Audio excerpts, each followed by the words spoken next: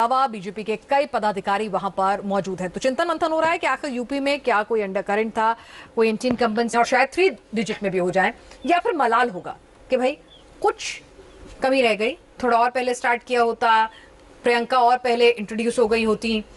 देखिए, मुझे नहीं लगता कि इससे ज्यादा इस वक्त कांग्रेस कुछ कर रही थी। एक बात जरूर होगी, कांग्रेस की सीटें बढ़ी है, उसका संगठन अब थोड़ा सा लोगों के बीच में, उसके कार्यकर्ताओं के बीच में उत्साह आएगा, संगठन बढ़ने की तरफ जाएगा, ये सारा कुछ होगा। मतलब एक जो संगठन मायूस हो गया था इतनी सारी हार के साथ, वो जरूर होगा। लेकिन क्या कांग्रेस कुछ और कर सकती थी?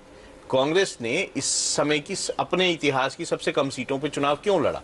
ऐसा तो नहीं था कि वो बाकी जगह चुनाव लड़ नहीं सकती थी। उसने ये देखा कि जहां पर जो गठबंधन उसका स्ट्रांग है, जो रीजनल पार्टी स्ट्रांग है, उसको उसने जगह दी, और ये मतलब ये स्ट्रेटेजी उनके लिए कामयाब रही है। जिस तरह के रिजल्ट है, कामयाब स्ट्रेटेजी है।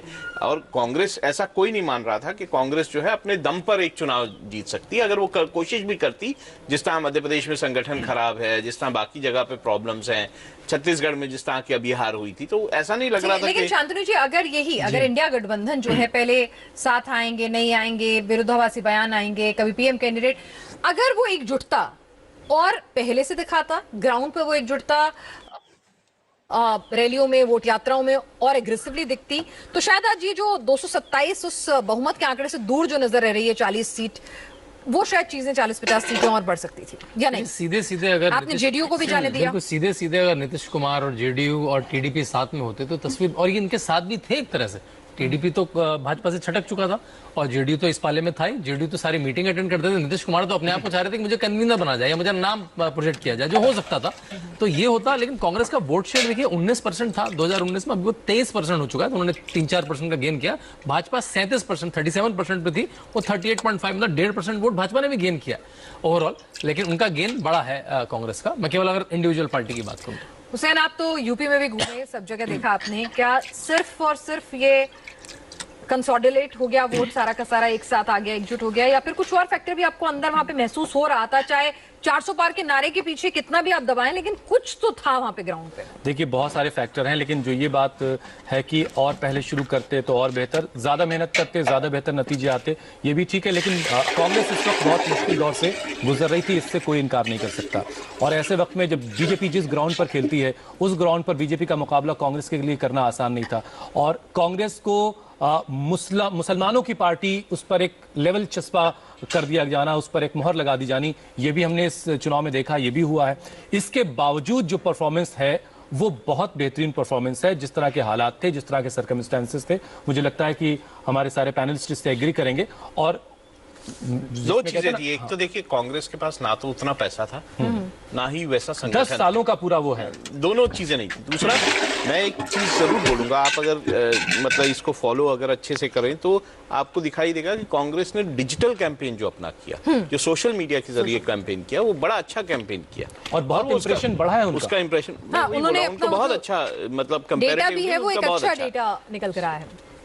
तो क्या मतलब शांतनु जी, अब जो नया वोटर है, जो यूथ, जो बात हो रही थी, तो एक ऐसा भी है कि मतलब उन सब चीजों को अपने पास, हालांकि डिटेल जब आएंगी तब पता चलेगा, तो उसको अपनी तरफ करने में कामयाब रहे। सोशल मीडिया कैंपेन की अगर बात कर लें आगे, कुछ दिनों पहले डेटा भी दिया था शायद सुप्रिया श्रीनेत ने कि जितने व्यूज आए हैं यूट्यूब पे, राहुल गांधी के पेज पे, जिनके बड़े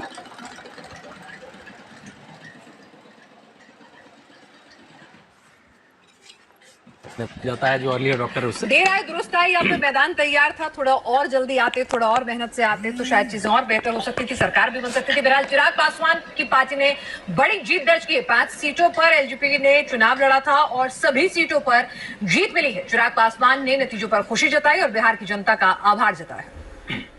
चिराग पासवान हमारे साथ मौजूद हैं। चिराग जी, 5 सीट पर जीत दाखिल की है, सबसे पहले क्या कहना चाहिए? मैं बधाई दूंगा मेरे प्रधानमंत्री जी को, उनके नेतृत्व की ये जीत है। जिस तरीके से एनडीए को उन्होंने मजबूती देने का काम किया, ये हमारे गठबंधन की जीत है। बिहार की मैं बात करूं, हमारे गठबंधन का प्रदर्शन बेहतरीन रहा। विपक्ष के द्वारा जो खाली दावे किए जा रहे थे, खाता नहीं खुलेगा, ये नहीं होगा, कहीं ना कहीं बिहार की जनता ने पुनः मेरे प्रधानमंत्री जी पर अपना विश्वास जताया। मेरे मुख्यमंत्री जी का साथ आना गठबंधन को मजबूती देने का काम किया। आदरणीय जीतन राम मांझी जी, उपेंद्र कुशवाहा जी, तमाम 5 दलों ने साथ मिलकर मजबूती से चुनाव लड़ा। मेरे लिए दोहरी खुशी की बात है, 5 की 5 सीटें हमारी पार्टी जीती है, 100% स्ट्राइक रेट रहा है। ऐसे में पुनः प्रधानमंत्री जी के नेतृत्व में तीसरी बार देश में मजबूत सरकार बनने जा रही है। आपने ट्वीट किया है कि आपकी पार्टी पूरी तरीके से पीएम मोदी के साथ खड़ी हुई है। कल आप जा रहे हैं, कॉल आ गया, एनडीए की बैठक जो है दिल्ली में। बिल्कुल, अमित शाह जी का फोन आया, कल एनडीए की बैठक में हम लोग रहेंगे और उसके बाद कैसे सरकार बनानी है, क्या सरकार की रणनीति रहेगी, तमाम इन विषयों पर चर्चा होगी। तो मोदी कैसे चलाएंगे मिलीजुली सरकार? नीतीश नायडू पक्का साथ रहेंगे या राहुल से बात कर लेंगे? इसी पर देखिए मुकाबला में बड़ी बहस।